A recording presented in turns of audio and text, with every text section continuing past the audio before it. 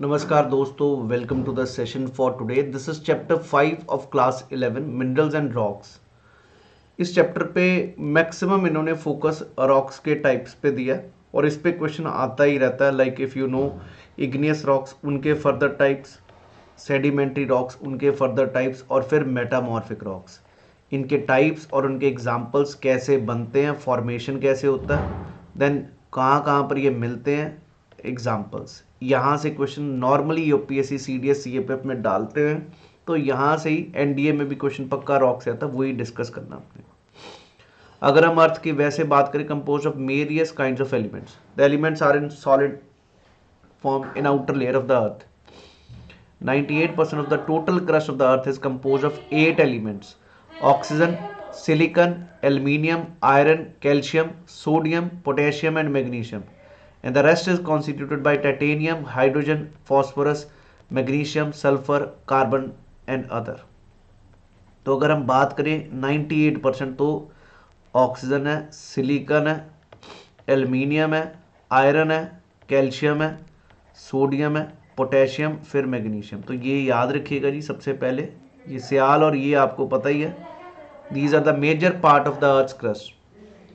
और अर्थ का crust rarely exclusively but are usually combined with other elements, मतलब normally कभी भी एलिमेंट एक्सक्लूसिवली नहीं मिलता, कंबाइंड फॉर्म में मिलते हैं।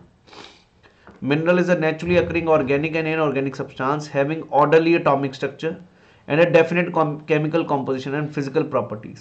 A mineral is composed of two or more elements, but sometimes single element mineral like sulfur, copper, silver, gold, graphite are found.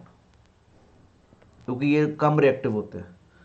Though the number of elements making up the lithosphere are limited, they are combined in many different ways to make up many varieties of minerals.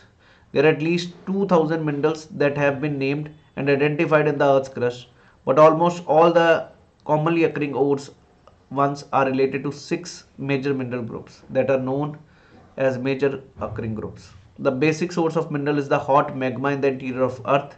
When magma cools, crystals of minerals appear, and systematic series of minerals are formed in sequence to solidify as to form the rocks.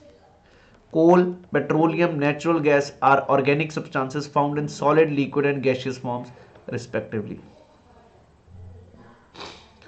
तो ये minerals की characteristics के बारे दिया: external crystal form, cleavage, fracture, lustre, colour, streak, transparency, then structure, hardness and all. Let's now discuss. Metallic में precious metals are gold, silver, platinum.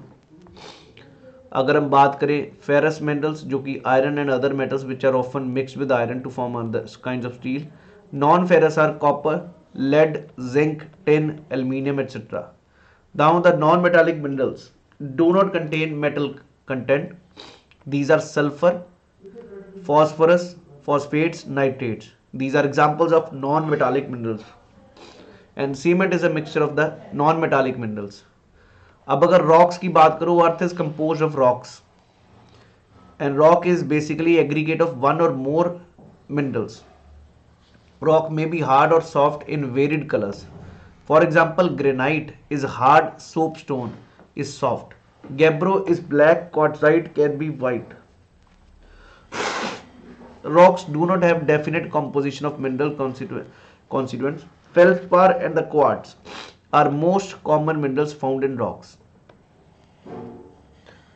Right? So petrology को कहा जाता है science of rocks, which studies basically rocks, their composition, texture, structure, origin, occurrence, alteration, relationship with other rocks. There is a close relation between the rocks and the landforms. Rocks, soils, and a geographer requires basic knowledge of rocks. Many different kinds of rocks which are grouped under these families on the basis of their mode are igneous, which is a solidified form of from magma and lava. Then sedimentary, that is deposition of fragments of rocks by exogenous processes. Then we have is metamorphic, formed out of existing rocks undergoing recrystallization. So igneous rocks कौन से है? जो magma और लावा जब जमीन से बाहर निकलता वो सॉलिडिफाई हो, तो igneous rocks को हम प्राइमरी रॉक्स भी कहेंगे.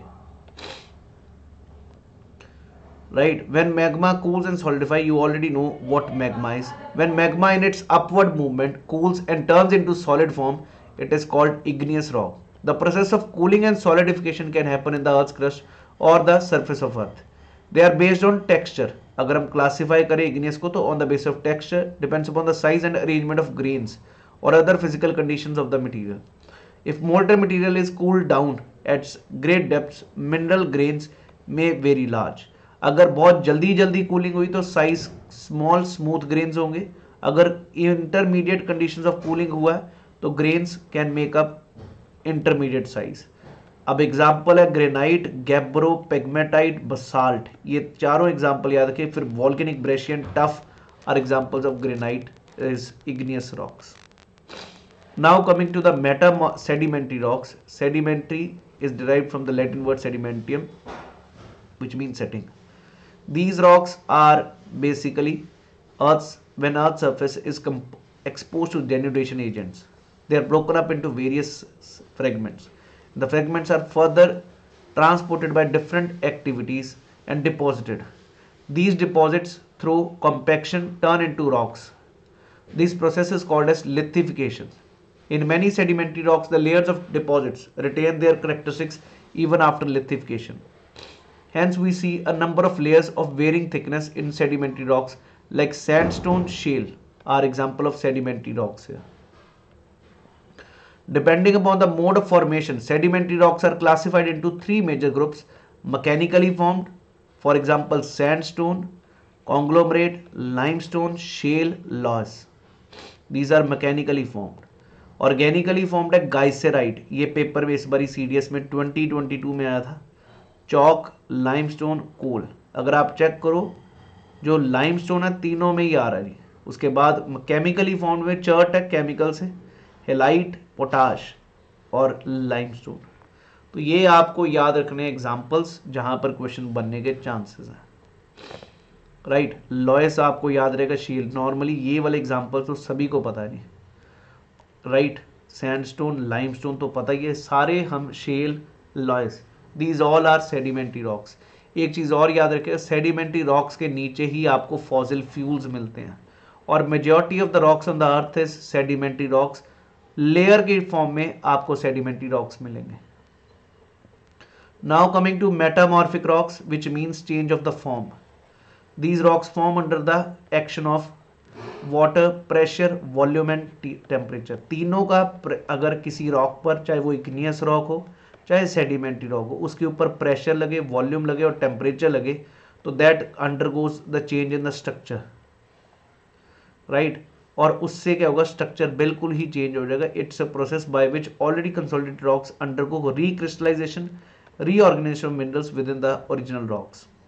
So mechanical disruption and reorganization of the original minerals within rocks due to breaking and crushing without any appreciable chemical changes is called dynamic metamorphism. And the material alter and recrystallize due to thermal metamorphism. In regional metamorphism, rocks undergo recrystallization due to deformation caused by tectonic shearing together with a high temperature or pressure both. और minerals in metamorphic is called as foliation. ये भी याद रखिए, such an arrangement. ये paper में इस प्रकार की टर्म्स भी पूछता है. In the process of metamorphism, small rocks or grains get arranged in a layer or lines. इसके बाद अगर बात करें, sometimes minerals and different groups are arranged into alternating thin to thick layers appearing in light and dark shades. Such a structure is called banded rocks. Types of metamorphics depend on the original rock that are subjected to metamorphism. Like foliated and non-foliated rocks होते हैं. अगर हम जेनेसॉइड की बात करें, ये granite से ही बनता है. ग्रेनाइट जो कि इग्नियस रॉक है उससे बनता है जेनोइस. उसके बाद मार्बल बनता है लाइमस्टोन से, क्वार्ट्जाइट बनता है सैंडस्टोन से और शेल से बनता है शिस्ट. ये आपको पता होना चाहिए. ये बेसिकली आपकी अगर जीसी लॉन्ग बुक पकड़े तो आपको वहाँ पर उदाहरण दे रखे कौन सा रॉक किससे क्या बनता है. जैसे क्वार्ट्जाइट सैंडस्टोन से है, लाइमस्टोन से मार्बल है और ग्रेनाइट से जनाइस है. ये वहाँ पर आपको मिलेगा, जीसी लॉन्ग में हमने डिस्कस किया प्रॉपरली। उन्होंने मेटामॉर्फिक रॉक कौन सा सेडिमेंट्री से कौन सा इग्नियस रॉक से क्या बनता है, और even coal turns into anthracite. Rocks कभी भी सेम ओरिजिनल फॉर्म में नहीं रहते, they keep on undergoing transformation. So rock cycle is a continuous process through which all rocks are transformed into new rocks. अगर आप देखें ये इग्नियस रॉक सॉलिडिफिकेशन होगा, मैग्मा बनेगा ये चीज़, यही igneous rock can turn into metamorphic, यही igneous rock can turn into sediment and lithification sedimentary, यही सेडिमेंट्री रॉक मेटामॉर्फिक बनेगा या मेल्टिंग से मैग्मा बनेगा, फिर ये इग्नियस बन जाएगा। तो आपस में ये rocks keep on changing their structure.